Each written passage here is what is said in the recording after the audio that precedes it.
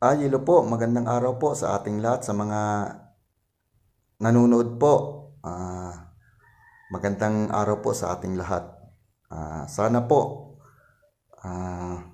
may matutunan kayo sa video na ipapakita ko ngayon. Pag-aaralan po natin ngayon is basic lang naman, motor starter, motor control.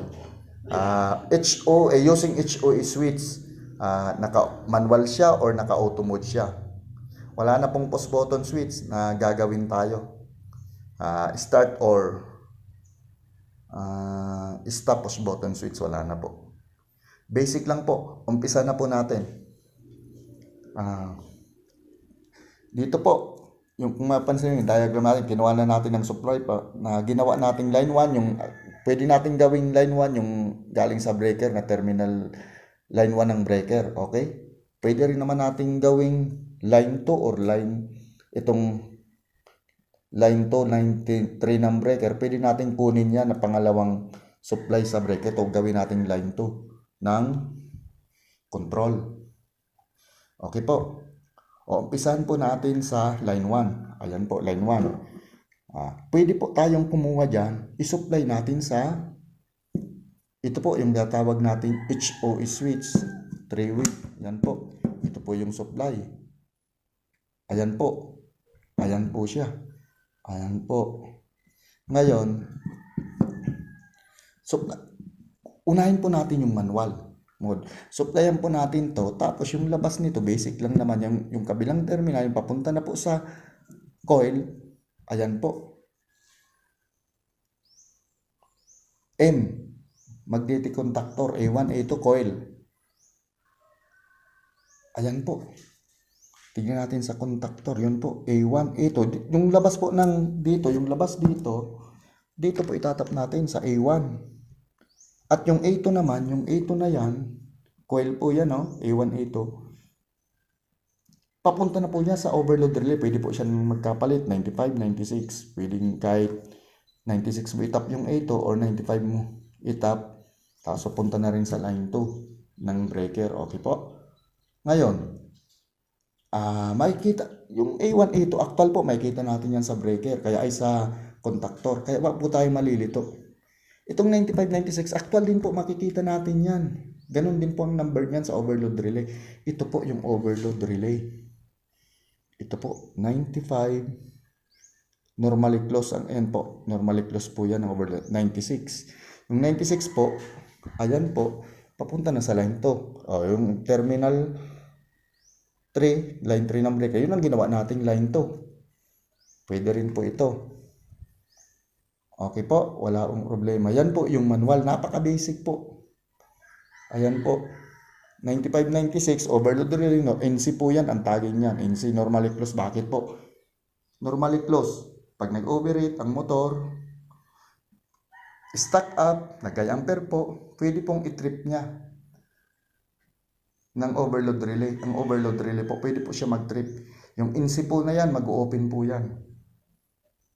Mag-open circuit po siya. Ito po yung mag-trip. Ito po yung reset. Ito po. Ayan po. Kaya normally close po siya. Pag nagka-problema po yung motor, stuck up, nag-ampere po, nag-overheat po, mag-open po yan. Ayan po, 95, 96, overload relay po yan. Okay po, malinaw po. Pumunta po tayo sa automation. Wala pong problema, pressure switch, limit switch, pressure switch, limit switch, float switch. Yun po, pwede natin gamitin po para sa automation. Depende po sa gamit. Ito po, kadalasan po, pressure switch, ginagamit po ito isa booster pump, pressure tank. Kadalasan po yan po ang ginagamit na ang pressure switch na to para sa automatic ng operation ng pump.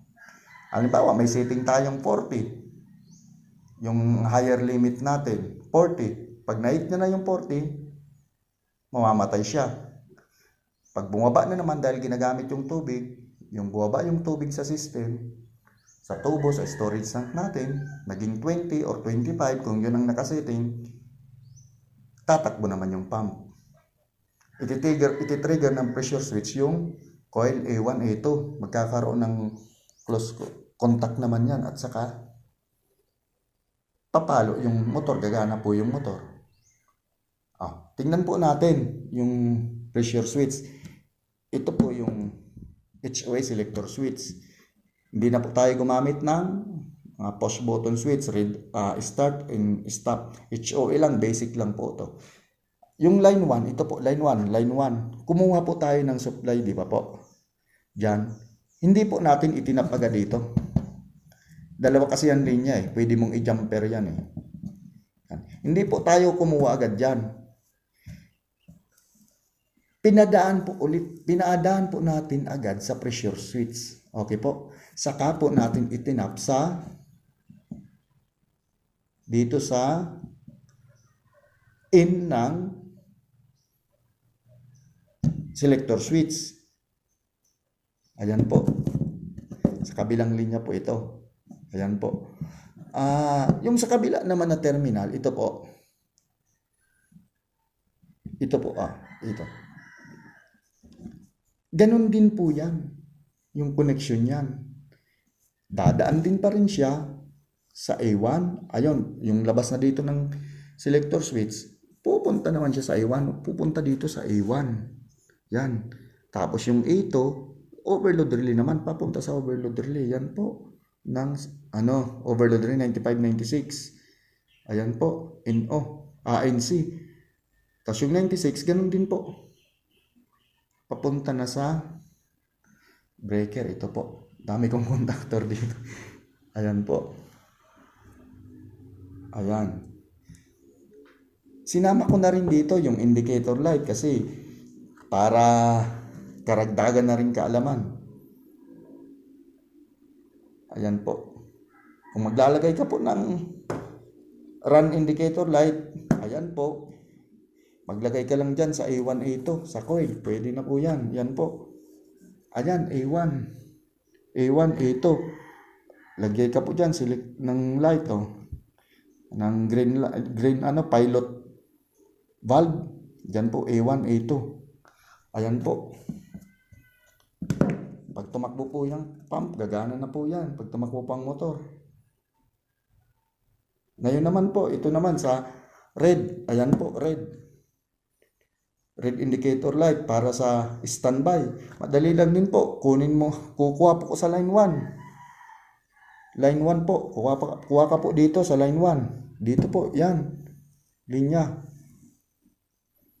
Hanapin mo tong NC. Ano ba tong NC? Normally close contact to ng.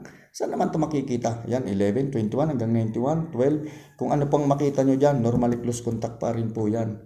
11, 21, 19. Huwag po tayong malilito. Saan po makikita natin yan? Normally close contact ng contactor. Ito po yan.